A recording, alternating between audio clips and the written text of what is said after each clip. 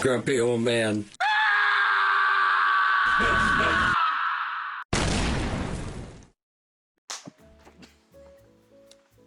Hey, hi, welcome back.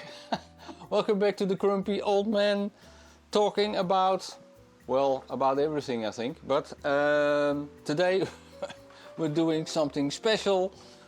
We're talking about the band Grand Prix.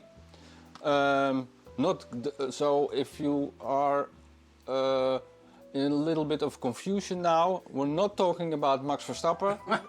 He drives a car also in the Grand Prix, but that's not what we're talking about. We're talking about the band Grand Prix. Yeah. Okay, Grand Prix. They got 3 albums. Well, first I'm Mark. All right. This is Peter. We are from the Netherlands, a humble country wear wooden shoes. below water. Okay. And now we have got pink. We call them roze koeken. Pink cookies. Normal they are bigger, and people sometimes in Holland eat them with whipped cream. And if you eat one of them, you have enough for a week. Yeah. So Grand Prix.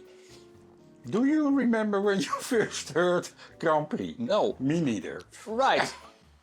Let's go on to the next band then. No. Okay. What I haven't got a clue how I came upon Grand Prix, but the first album was the first album we heard, and I see that it has a great title. The first album. I bought it on the cover because that I did sometimes, and they were looking great. And with the bass player, what brand is this? Do you know? Yes, Kramer. Kramer. Oh yeah, was that with aluminium? Yeah, right. And the necks. The neck is has an aluminium T-bar. Yeah. The problem is or was that T-bar is always cold. How warm it gets, the metal always stays cold. Oh really? Aluminium. Yeah. And although it was there as a reinforcement for the neck, so that it wouldn't bend in temperature swings. Yeah. But it does. So really, because aluminium you can't. Yeah. Well, I had a bass with something like that. Not this Kramer, but a Kramer knockoff, and that was I had to tune it every time I played it. Yeah. Oh, okay. But okay, that's all besides Grand Prix themselves. Yeah. I didn't know exactly what to expect, but it sounds to me, or it sounded to me, like an English British band who really was in love with an American sound. Absolutely. So it's a little bit polished. It's not Motorhead, for instance,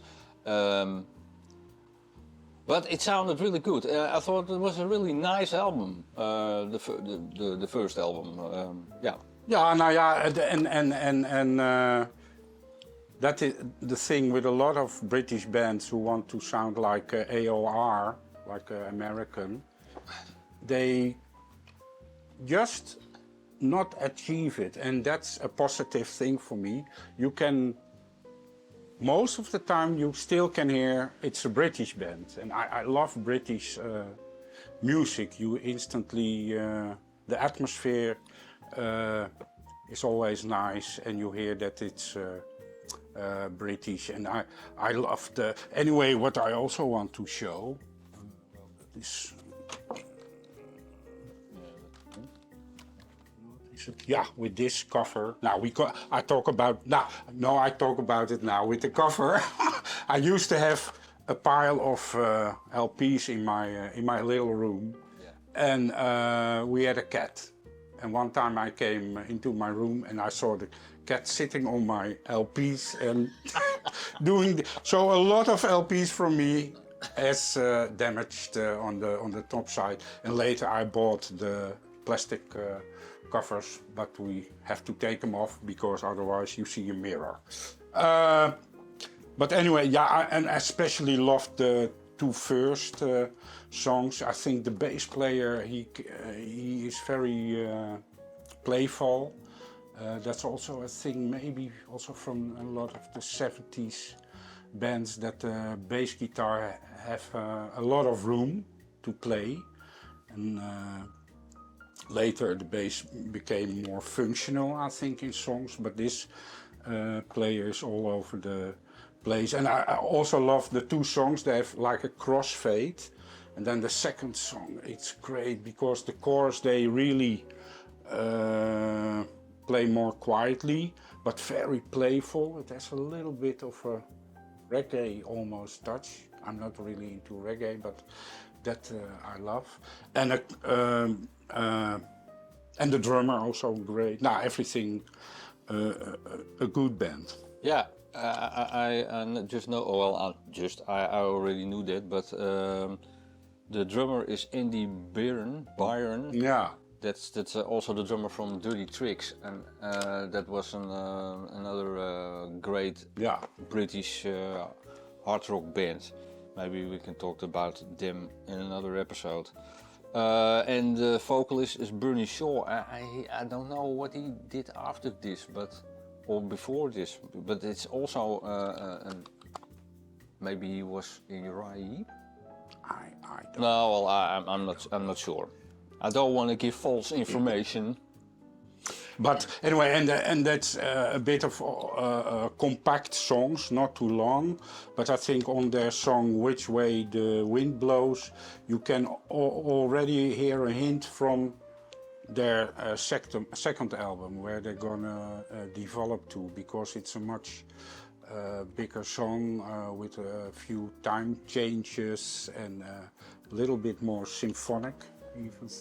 So now. Okay, take it from there then. Take it from there then with the second one. Grand Prix, There for None to See. I think this picture was from their live gig at that festival, eh? I think. Reading? Yeah, Reading they played. So okay. Yeah. I was always hoping that they released a live album, but no, they didn't. So they didn't. Now this, yeah. All the songs I love, maybe not the last one, but all the songs I love. It's a different singer. Yeah. How is it called? Robin McCauley. Yeah, of course. Later in with Michael Schenker and some other projects. Yeah, as well. yeah. Great voice. Also here, again, you hear that they are British, and this is one of my favorite albums to play when I drive in the car. Oh, so I've always got two albums I play a lot in the car. Normally I also play a lot of classical music, but this one, Grand Prix, and I don't know why, but Bill Bruford, Gradually Going Tornado, that too. So yeah, it's nice to drive your car in this. I will try that then, but I'm also very enthusiastic about this album. Yeah. Therefore none to see. I just say no one. Okay, and because it's I think all the songs are really good on this one, and it's really a leap from the first one. This sounds far more mature. Yeah. In a way. Yeah. So yeah, that's great album. Now you have that, for instance, that ballad Paradise. It starts with beautiful Fender Rhodes, and then in the last verse you have these big strings coming in and great vocal performance. And of course, Keep On Believing. I Yeah. think that's their anthem. Yeah, right. So, yeah. so that's I agree, an yeah. unbelievable good song. Yeah, absolutely. So- absolutely. That's that album. That's that album, Pete. Yes, and that was 1982, I think, or Oh, wow. something. I don't know. Oh God. Does it stay in one piece or not? Yes, 1982. I think I bought this one in a kind of discount shop in Amsterdam. Yeah. The Disco Star, you remember that Yeah, shop? yeah, We yeah. sometimes came. They had this, and I think they had their stock sometimes from England because it says £3.99 on it. Okay. That was 82, and then they came in I think the same, the same lineup, and they made the last album, Samurai. Yeah. And what do you think of Yeah, this it album? was too commercial. They took it one step Yeah. too far, I think. Yeah, yeah. This one sounds Yeah. really good, Yeah. and this one is a little bit too. But I like Shout. I think that is a great song on this one. But it's a little too commercial for my Nou ja, taste. and then I think if you go that way, then you have the American counterparts who are doing it much better than. Yeah, right. You have the loads of USA bands who do that much better. So I think it was better for them to stay in their British atmosphere, but unfortunately, it's a bit early. They didn't. Right. Okay, and then came. Yeah. Yeah, but tell That, me. nou ja, you came. yeah, with but this. only a few months ago, I discovered this. So it's GMT, and these were songs supposed to be for Grand Prix. Only Grand Prix split up, and then the singer. He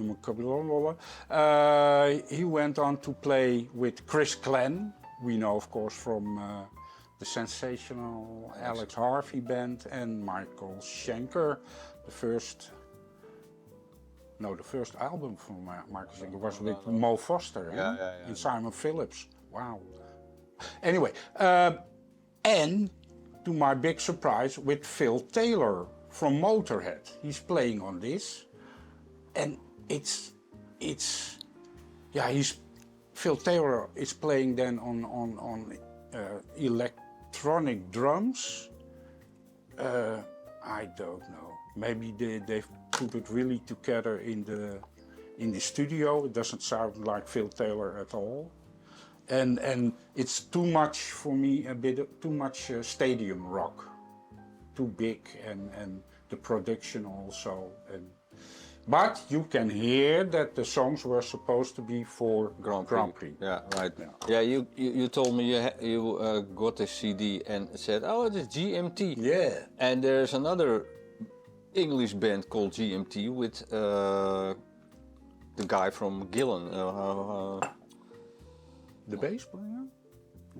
Yeah. Oh, Bernie Tormé? Bernie Tormé, yeah, right. the guitar. And so I was a bit confused, but yeah, I also, well, Mark played it for me, and it doesn't sound at all like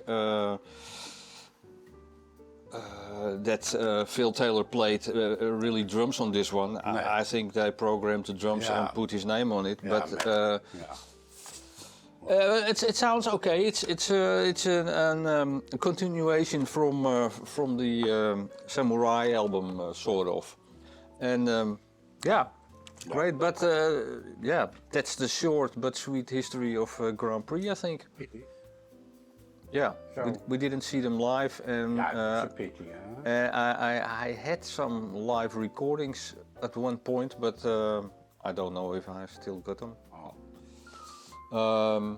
And that also sounded great.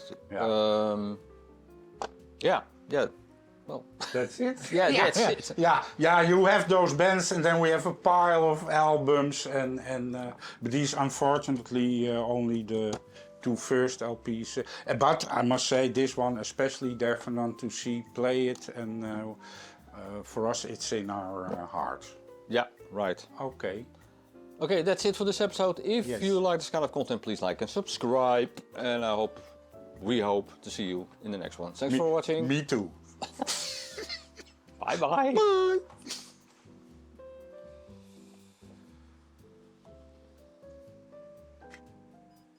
Oh, 3 minuten. Nee.